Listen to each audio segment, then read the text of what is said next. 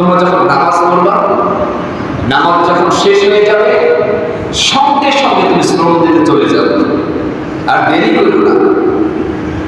অনেকে তো বেশি বুজুর্গি দেখাইতে যাইয়া এমন অবস্থা করে, কিন্তু আমার কোনো কাজ করার কিছু লাগে না, আমি শুধু নামাজ রোজা দিয়ে আমার সিরাজ করে। কিন্তু সহস্ত উপার্জন করে ব্যক্তি হচ্ছে আল্লাহর বন্ধু। রাসূল বলেছেন, দুই হাতে যে ব্যক্তি উপার্জন করে খায়, শরীরে ঘাম ঝরায় খায়, ওই ব্যক্তি হচ্ছে আল্লাহর বন্ধু। আল কাসিবু হাবিবুল্লাহ, তারা হচ্ছে আল্লাহর বন্ধু।